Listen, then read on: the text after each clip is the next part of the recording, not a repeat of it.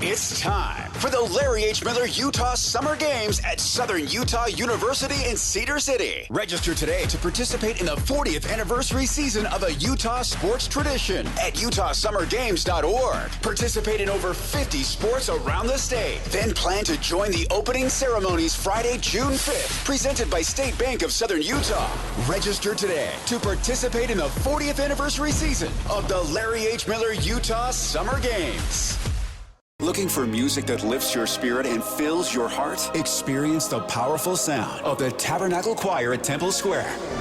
Now streaming on all your favorite music platforms. Find the Tabernacle Choir on Spotify, Apple Music, YouTube, Amazon Music, and Pandora. Let the music of the Tabernacle Choir at Temple Square inspire you today and every day. Whether you're at home, in the car, or on the go, enjoy the beauty of their world-renowned sound anytime. The Tabernacle Choir at Temple Square, streaming now. Good morning, DJ and PK. It's 97.5, the KSL Sports Zone, and it is indeed a good morning. The Jazz moved up in the draft. They didn't move back.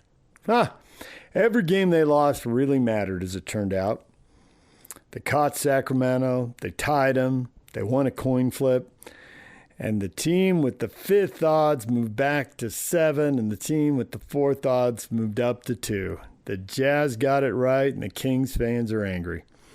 Not as angry as the Indiana Pacer fans, who gave up their first-round draft pick because it wasn't top 4. It was top 4 protected, but they didn't land in the top 4. So the Pacers had a terrible season and hand the pick over to the Clippers, who will draft 5. Yikes. But you know what? That's somebody else's problem. What we care about here is the Jazz are drafting 2. And the Washington Wizards are drafting 1. And the Wizards have already said, we might be up for moving back in the draft, if we could get 2 or 3 players. Aha. So let the bidding begin. The poker game has started. How close will Austin Ainge play the cards to his chest? How hard a bargain will he drive? Can they move up and get to Bansa? How badly do they want AJ? Bum, bum, bum. And if they can't move up and get him, do they want whoever's going to be 2, or would they be content to move back to 3 or 4? Because do they really like, Boozer or Caleb Wilson? There's all kinds of drama and intrigue to play out over the next month, or 6 weeks, actually, to the draft.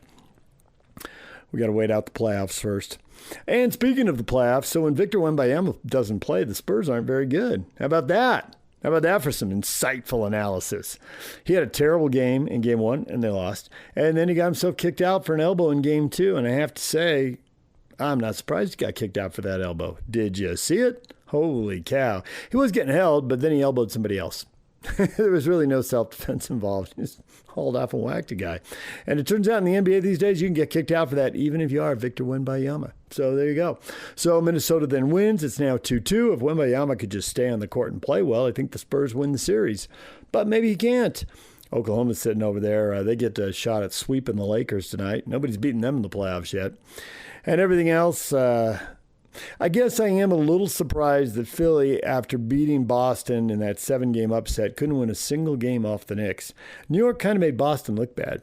I think if you're a Knicks fan, and you got pretty good rivalries, both Boston and Philly, you're pumped you swept Philly, and now you can turn at Boston and giggle like, you lost to those guys? But really, the Knicks have to focus on what is next, which is getting into the NBA Finals, because they are into the Eastern Conference Finals, waiting for the winner of the Detroit-Cleveland series, which, could ultimately be a pretty intriguing series. Cleveland won Game 3, so that's Detroit's up 2-1 in that. And, we'll see where it goes from here. Maybe that goes on a while, and I'm not sure the Knicks want it to go on too long. I can remember once upon a time, the Jazz had to wait 10 days to play the Bulls, and they weren't exactly sharp after a 10-day layoff. So, there's something to consider there. Game 4 in that series in Cleveland tonight. We'll see if Detroit goes up 3-1 or Cleveland ties it 2-2. Other news from the weekend, the RSL road trip to Houston, to Dallas, they didn't go well. It didn't go well at all. I would say they played their worst 45 minutes of the season in the first half. Second half was a little better. They're already down 2 goals. And they did score finally, and so just when you thought there was going to be some drama, then they gave up another goal. They should probably stop giving up goals off corner kicks. That'd be my, you win a corner kick, you're supposed to score. You're not supposed to let somebody run 100 yards the other way and score. So that seems to be a little problem that needs to be straightened out. They lose 3-1, completely disorganized. We'll play a little bit of Pablo here of his post-game comments, and he just did not like their shape. Guys weren't in the right place. It harmed their build-up. They got stuck. They couldn't find a way forward with the ball, and so it looked ugly. And there you go. And they got to figure it out Wednesday. They don't have a lot of time or a lot of training sessions here to figure it out, or film sessions either. But they got to figure it out. They got Houston and Colorado coming in Wednesday and Saturday. So a lot of points. The teams who are right behind them in the standings, Dallas was behind them, but now they're tied with them after that win. All right, let's hear from Pablo after the game right here on The Zone. Hey, Coach. Good evening. I want to ask, what was lacking in the first half to get in that hole? Yeah, great question. And we just talked about it with the group. Our structure was really, really poor. And that was the biggest thing. Our especially against the back four, what's made us a really good dynamic attacking team has been, maintaining structure. Right. And our tens were drifting beyond their line of the midfield. And so we were overloading them in deeper positions. And as you saw, most of our possession was in deeper areas. Right. So I think, again, losing games are going to happen. The one important take from this game is that, the most important thing about losing games is that we don't lose any game in vain. That as a group, we commit to our structure. And why do we do that? Is because when you have structure, that's where creativity spawns from, because you know where players are going to be. But when players start going rogue and occupying other spaces and not threatening their back line, you get the first half that we got, right? And so then the other piece of that is transition defending. The first one, it's we just got to do a better job in closing down the middle and how we recover centrally to close those spots, and the free kick, again, that was a bit of structure as well, and making sure players are in good spots, but it's also reactions, right? And again, the goals that we've conceded this year have been mostly us, I feel like, and it's about. When you're dynamic in the attack, sometimes you overcompensate and you want the ball. But there's also another phase of that, which is our transition D. And when we've been great this season, that has been a critical component to allowing us to continue to attack. So some things those are the real prevalent ones that we'll address in lieu of these next two home games. And then just I want to ask about the kids' response, especially you put them on the field second half, you're chasing the game, but to just jump in and trying to be protagonists late in the game. Mm-hmm. Yeah, I mean, listen, the most important thing is and the guys did it in the second half, is that we're trying to win. We're trying to win games, and I think that's what's been really unique about this team is they go for it, and sometimes in the second half of games this year, other teams have thrown more numbers forward and asked some real questions that have changed it. I think for us, I think when you're down a couple goals, the guys that are going to really take the biggest risks are sometimes the younger players. All right, they haven't been jaded by the game, and so I think the guys that came in did a really good job of again trying to impose ourselves on the game and try to get some box entries and find ways to score goals. Obviously, they dropped into a really low block, and a lot of that. I think if we start the game with that fashion and have 5 on the highest line, this game becomes a lot different. So. Again, got to take our medicine and learn from it, and really attack the next two games with a different type of structure and mentality that puts us in a good position to win the game. Do you think this is the kind of loss that can accelerate growth for a younger group, or do you find it mostly frustrating because of things that you've talked about beforehand? I think, I think it's a bit frustrating. But what I also realize as I'm reflecting is. I played the game for the longest time, and I don't know at what point these moments became solidified as an experienced player. And so it's really kind of removing myself and empathizing that maybe it's again, we need to continue to harp on the little things that make the big difference. So I think it will increase learning, I think, because we have a real honest group. And what I said is, when we win games, it's everyone's fingerprint on it. And when we lose games, It's all of ours, coaching staff, coaches, mine. It's not just the players on the field. And so I think it's really important to use every even when we win games, there's so many moments to learn. And I think if we get one game better, and I said to the guys is like, I'm the kind of coach that loves for players to express themselves.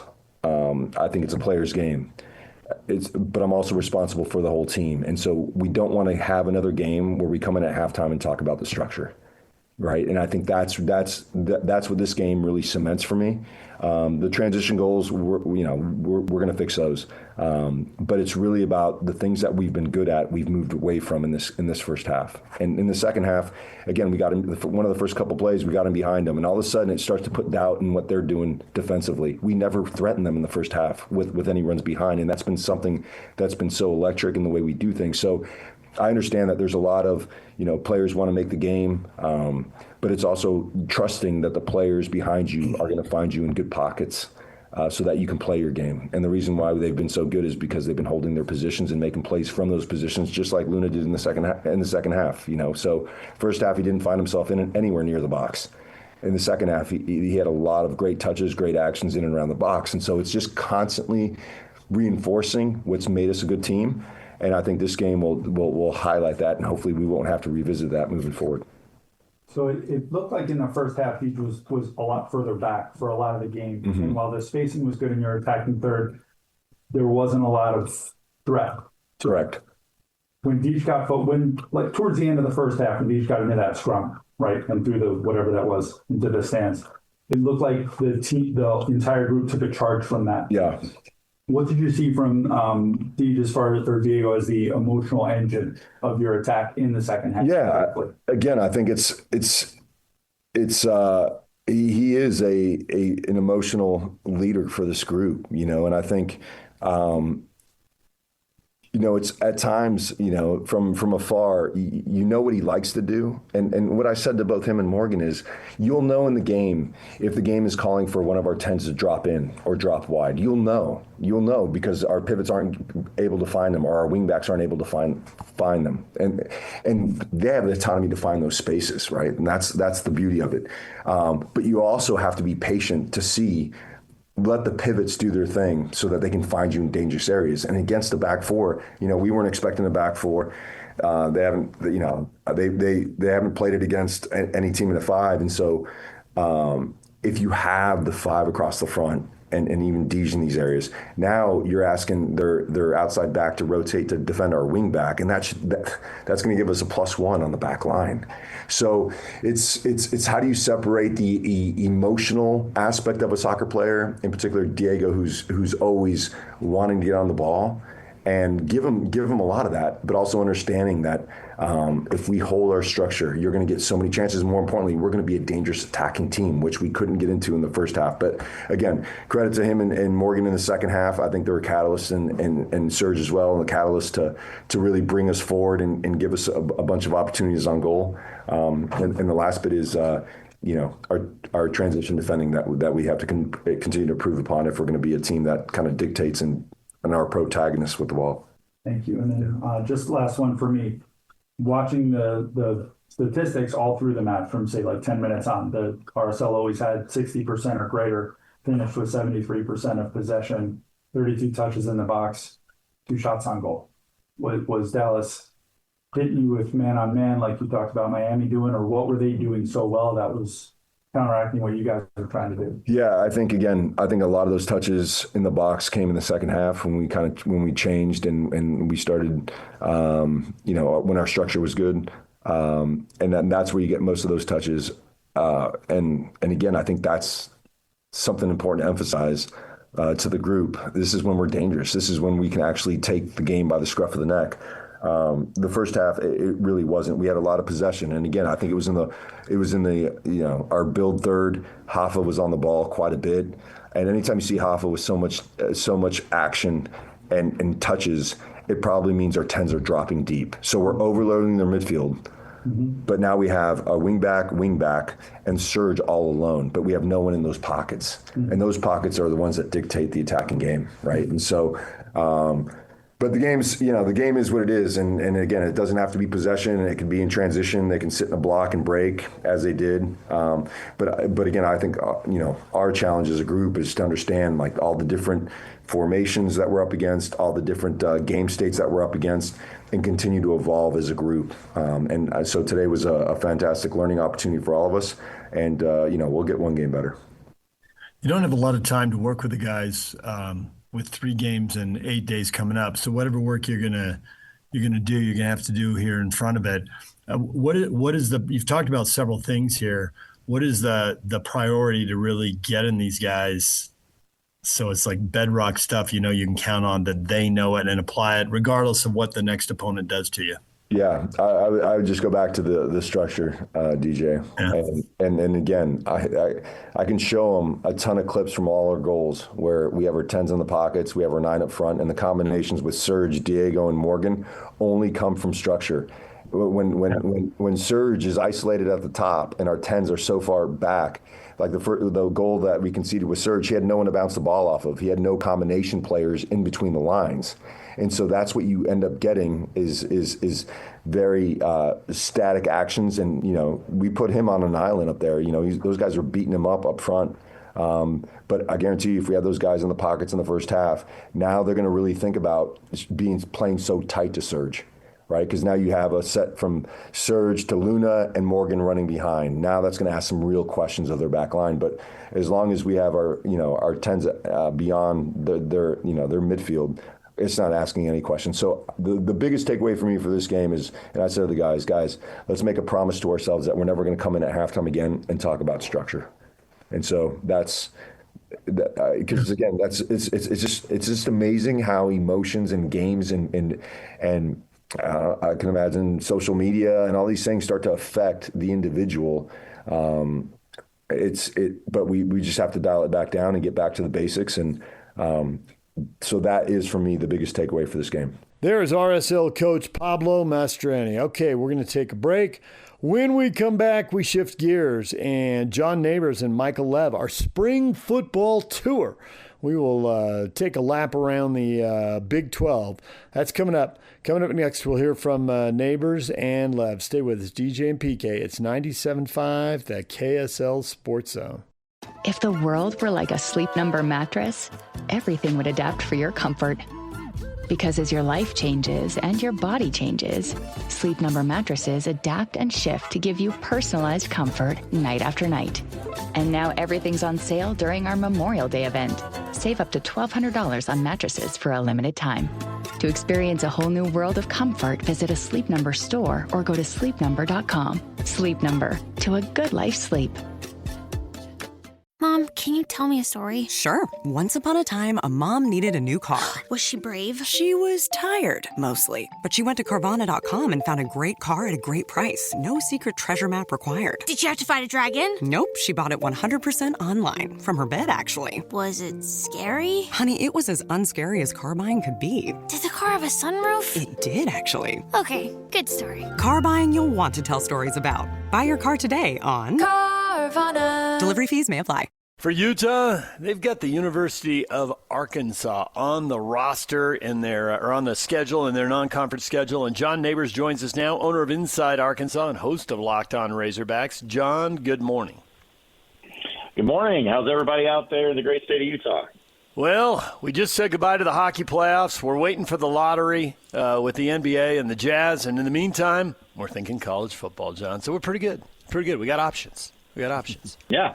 Yeah, well, I wish hockey was a bigger deal here in Arkansas, but unfortunately it's like basketball transfer portal is about as crazy as it's getting right now for Arkansas fans. So, but we're all over the place.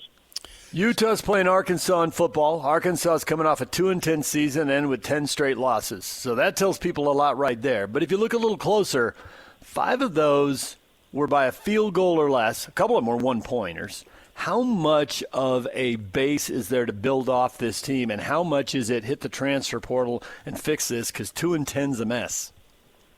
Yeah, well, I'm going to take you one step further into this whole debacle that is called Razorback football. Not only have they, of course, as you mentioned, gone 2-10 and lost 10 straight games and had some of those close losses since 2012, since the day that Bobby Petrino wrecked his motorcycle on that infamous day nearly 15 years ago.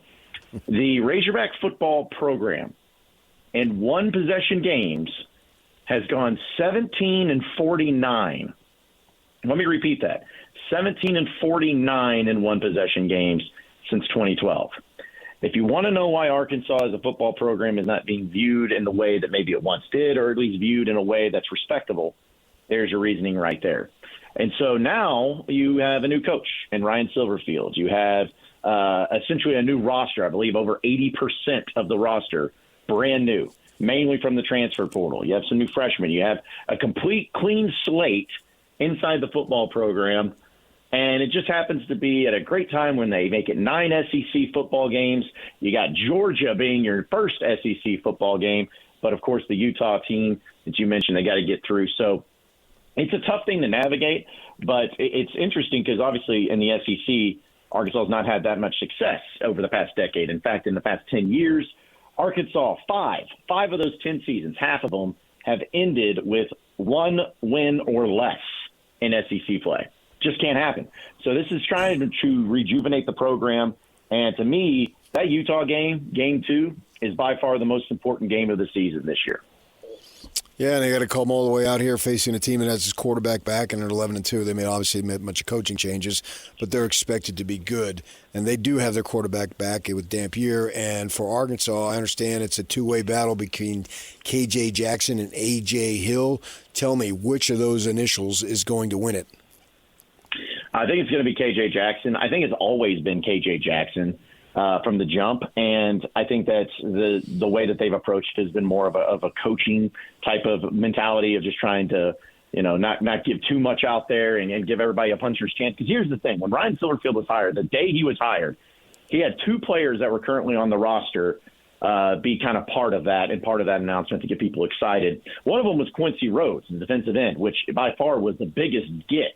Because he was a player that, despite going 2-10, he was a player that a lot of NFL draft experts had going in second round, in some cases maybe even a possible first round at the defensive end position. But the other player was KJ Jackson, who was the backup quarterback last year for Taylon Green, came in and started one game, played a little bit, but that was the other one. And I just don't think that you would have gone through, if you are Ryan Silverfield, through all of that process and all of that rigmarole and bringing him back and showcasing him and all that, if KJ Jackson was not going to be the quarterback. So I think he's the guy. I think he's going to end up being the guy. Is it by default? Is it because they have no better option? That's the ultimate question. But I do believe when it's all said and done, KJ Jackson is going to be the QB1 for Arkansas. Reading up on spring football in Arkansas, I was surprised to see that you still get to see fairly significant portions of the spring practices, and it's been duly noted the same offensive line keeps rolling out there. Is that a sign that they've actually got a really good O-line, or is that a sign that there's a lack of depth and by default it's these 5 guys? How do you feel about that group? Well, as far as your practice thing, yeah, they had to do that for sure because under Pittman and everything, it was locked down, and they're trying to do some things to try to get the fan base back. I don't think that they've done enough, but they're still at least trying to open it up and be more accessible to the team, which is nice. But as far as the offensive line goes, I believe that it's a middle-of-the-pack SEC offensive lineman. I don't think it's horrible. It's not bad. I mean, you're returning 2 starters from last year's offensive line with Caden Kittler at the center position, which is extremely important, and also Kobe Branham, who's a young player who has a lot of promise. So you have him, and then you added some guys that really were some good gets out of the transfer portal, whether it's Bryant Williams, came from a smaller school but had a lot of different offers. I know Tennessee was trying to get after him and get him on the team. But you got him. You brought some guys over from Memphis that I know Ryan Silverfield was really big on too. And ironically enough, Ryan Silverfield, his background is offensive line. Like that's where he really got his start going. And during the spring practices, not only did I like the depth and like what I saw from some of the things from the offensive line, but you also have Ryan Silverfield over there the majority of the time working with him. As a head coach, he's always going everywhere. But with the individual drills, the vast majority of the times that I got to see, he's over there with the offensive line. So you would think, I know this didn't go the right way with Pittman, but you would think that if your head coach is by trade and his background is offensive line, that should mean your offensive line should be your strength or at least one of your strengths. So time will tell. But I think where it stands right now as far as the roster goes, they're a fine offensive line. But I think they're far from being a bad offensive line. He brought his offensive coordinator from Memphis with him, and so looking at Memphis, they've usually had a good offensive line, or not offensive line, just an offensive unit. We expect much of the same in the way Memphis ran its offense. I think so. I mean, you don't do that. You don't come in here and say, all right, we're going to change what made us successful for the past 6 or 7 years, the past times that we were there in Memphis. Like, we're not going to do that. So I think we're going to see something similar, and I'm just basing off of personnel. I think that this offense is going to be based where it's not going to be flashy, and not to say they don't have good players. It's just not going to be the offense that we saw maybe the past couple of seasons with Arkansas and Bobby Petrino or anything like that. I think it's going to be focusing so much on controlling the time of possession, limiting turnovers, limiting mistakes, and just trying to grind out some games. If Arkansas is going to win some games, especially big games this year, it's going to be ugly games. It's going to be low scoring, kind of boring, whatever, which, hey, that's fine as long as you win. But just given the circumstances, I think that it's not going to be an offense that we're going to look at the end of the season and be like, man, that was a fun offense to watch, which is fine. I think it's just going to be a lot more efficient of an offense because they're really focusing on that. They're focusing on doing the little things right. And considering the quarterback situation, I'm not very trusting of it. It doesn't look very great right now, just from what I've seen from spring. But running backs, wide receivers, offensive line, I think they have some pieces where they can at least make it a serviceable offense this year. Are there any difference makers? Anybody the NFL might be drooling over, or is it more the system and everybody's got to execute? It's really tough, man, because, again, you've added, literally 80% is just so many new players in here. Yeah. But I will say that there's been some guys that have stood out. I really think Braylon Russell, he's been a running back that's one of the few guys that's been retained. He slimmed down a lot. He was a 4-star running back here out of the state of Arkansas, and he's going to enter in his junior year. He slimmed down, and he looks really good. He looks like the way an SEC running back should look. He looks lighter on his feet. And also Chris Marshall, who's a guy that originally he's a wide receiver, started his career at Texas A&M, transferred around, ended up at Boise State here recently. But he's had some trouble off the field. He's had some issues that are pretty well documented. But his talent level, you see it. You can just look at the guy back. Yeah, this guy, there's a reason why Texas A&M wanted him originally. He's definitely a game breaker. So those are the couple of ones I would watch as far as, solid guys that you can maybe think that could be game breakers. But other than that, we just haven't really seen enough to know one way or the other. How about along the defense? Defensive end, Quincy Rhodes, I read a little bit about him. Against Utah, man, they ran the ball like crazy last year. They were as good as anybody in the country, and they were right there with the service academies, which run the ball all the time. So I'm expecting more of the same with them to be able to run the ball at an extremely high level. I realize they lost 2 offensive linemen to the NFL in the first round, no less. But nevertheless, the history has shown us that Utah can run the ball. So I'm wondering from the defensive perspective to be able to stop them. Well, I can tell you this, that the defense is going to be much improved from a year ago because it's hard to not improve from being absolutely god-awful. It just is really, really tough not to at least improve there. But honestly, I think the defense might be the strength of Arkansas, as crazy as it is. Now, that strength may not be enough to win them 10 games. But I think the hiring of Ron Roberts, he's the defensive coordinator who was there at Florida over the past few years, a lot of SEC experience, was at Auburn at one point in time. He's brought a great staff, a great recruiting staff especially over, and he's being very, very creative. It's not just a simple, all right, we're going to run a 4-3 defense, now 4-down linemen. And no, he has gotten it to where he has a lot of hybrid position players. He has guys that are DNs as well as linebackers. He has guys that are linebackers as well as cornerbacks. He's got these hybrid things to where you're going to see a lot of different formations getting run around. And I like the idea of it because at Arkansas, you're not going to get the big-time up-front dudes all the time like Georgia or Texas or anything like that. So you got to get creative.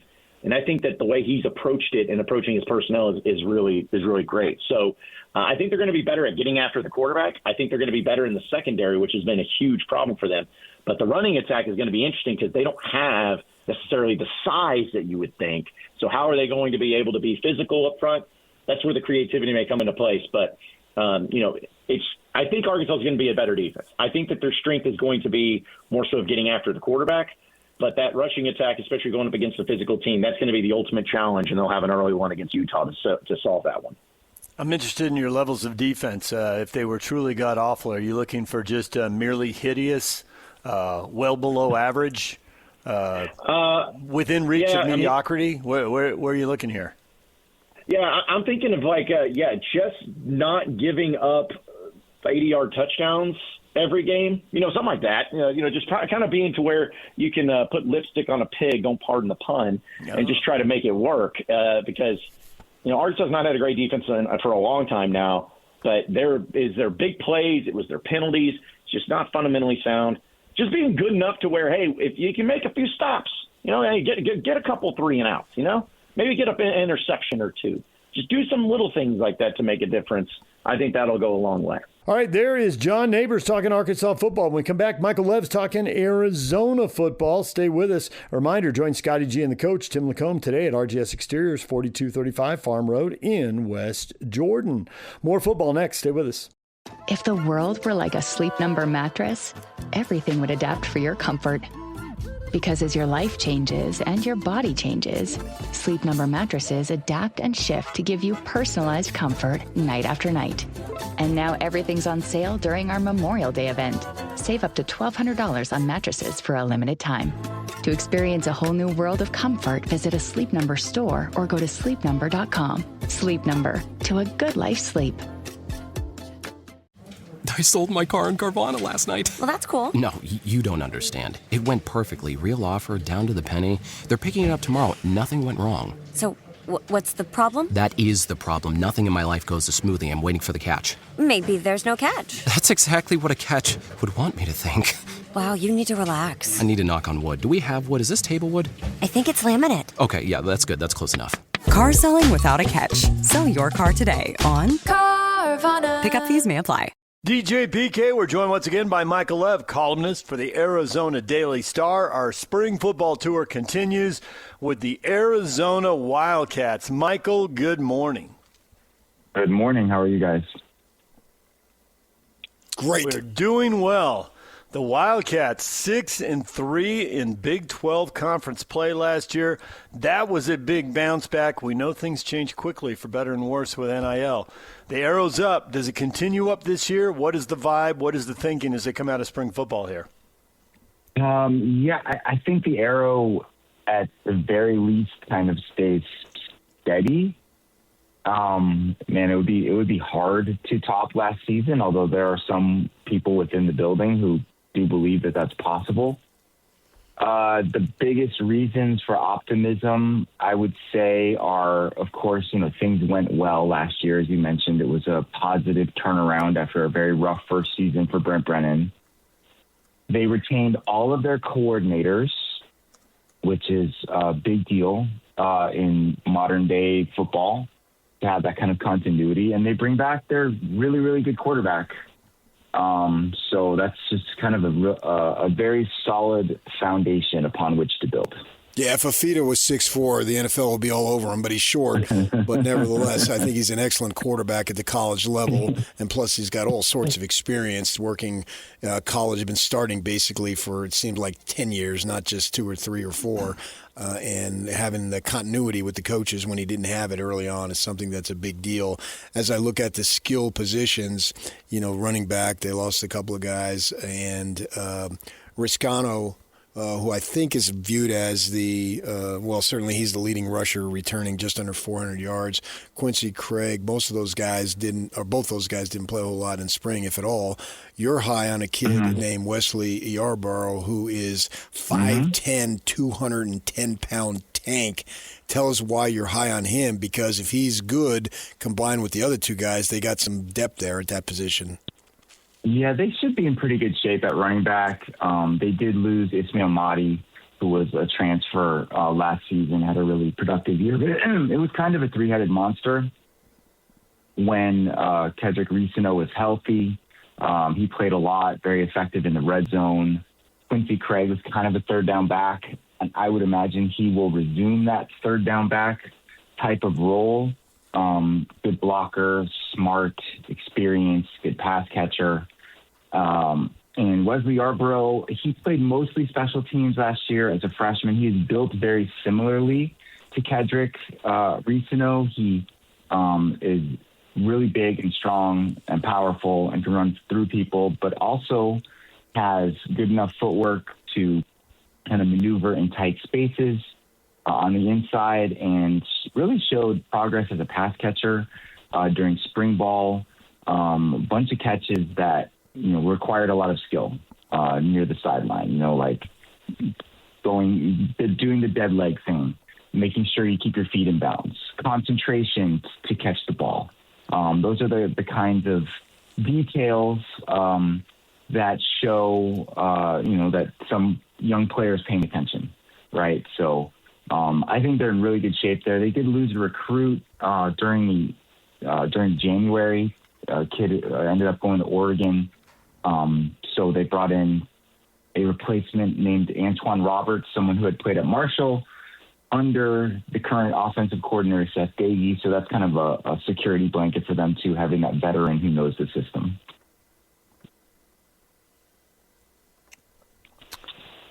The transfer portal's such a big deal. Single biggest get. It doesn't seem like, reading up on this, like there's one guy people really agree on. Rodney Gallagher, people seem to be high on him, although his stats were modest at West Virginia. Maybe that's why he left, though. And then there's a USC transfer at safety everybody's talking about, and Matai Togai. Where's the biggest plus in the transfer portal? First of all, I think as a group, the defensive backs are the ones to watch here. If you include Tagovailoa, who they actually moved from linebacker to safety, I believe it's 8 defensive backs that were brought in through the portal. So they really, they knew they were losing a lot. They had 4 players out of last year's starting secondary drafted, which is unprecedented for Arizona. And it was a reflection of how good they were as a pass defense last year. I mean, among the best in the nation, literally top 5 in several categories. So position-wise, I mean, that's the area that they tried to replenish the most. But if you're talking about one player who I think from the portal is going to make the biggest impact this year, I would choose tight end Cole Rusk, who played a bunch at Illinois last season. Prior to that, he was at Murray State. Has had some injuries over the years, so he's a 6th-year college football veteran, but just right away stepped in during spring ball and took over the tight end position. Like, clearly the number one guy. I don't know how he established such good chemistry with Noah Fifita, since he hadn't really played with him before, but the two seem to have it right off the bat. And maybe that's just because Cole Rusk has been around and just knows how to play football. But that would be my choice if you're looking at one guy out of the portal who I think is going to have the biggest impact this year. Receiver, I know you're high on Trey Spivey. Fifita calling him a generational talent. And my gosh, we all remember T-Mac McMillan, what he did and what he's doing in the NFL. Now you look at Spivey, 6'4", 213. That's some pretty good size. Obviously reminds us of T-Mac, who was literally a generational talent. Might be to think that anybody could compare to him would be something really special. They lose a couple of receivers, but they also seem like besides Spivey, they got maybe at least 2 others that showed a little bit. So Fifita should have some targets to throw to. Yeah, I was struck by that comment too, because as you mentioned, Noah Fifita's literal best friend is Tetairoa McMillan, who's the best receiver in Arizona history and was a top 10 pick and, offensive rookie of the year in the NFL, all that stuff. I'm like, wow, okay. That seems like a generational talent. You're telling me Trey Spivey is potentially on that level. Like, whoa. Your ears perk up when you hear that, but you see it in flashes during practice. Like, he's got everything you want, right? He's got great size, and he's listed at 6'4", 213. He can high point the ball. He's willing to go over the middle. The thing for Trey, is that it's just been, working on the details of the position. Wide receiver is a very detailed position. Like, you have to be precise with your routes, with your depths, with your splits, where you line up, how you attack defensive backs. So that's been a learning process for him. He's got the work ethic, the coaches say, to get all that stuff down. And if he does, he could be in for a really big year. They also bring back Giovanni Richardson, who went by Gio last year, had a really good and promising freshman season. He's like a clone of wide receivers coach Bobby Wade. They talk very similarly. And Gio's got a ton of potential as a smooth route runner, tough, kind of a rising player. Doesn't have quite the size that Trey Spivey does, but then again, few do. And then I would say another returning player to keep an eye on that receiving core is Chris Hunter. Kind of an up and down year a little bit last year. Had some issues with drops, but he had a really good offseason. And they say that his performance in practice really reflected that. Might have had some injury issues that he was dealing with a year ago and seemed really fresh and fit during spring ball. So those are the main guys. And they, of course, brought in handful of transfers too, but I would kind of expect those three returnees to be the main trio. It's tricky in these big leagues where everybody doesn't play everybody. Who do you miss? And so it can kind of skew the stats. Texas Tech obviously had the best defense in the league last year. And then it's BYU, Utah, and Arizona. Those three separated by just 4 points. And Arizona's bringing back 6 of the front 7 are pretty experienced. So are there really high hopes there? Are there any holes in that group, or should that really be the anchor for this team? Yeah, I mean, it kind of feels like it's flipped from last year, right? As mentioned, secondary was truly outstanding a year ago.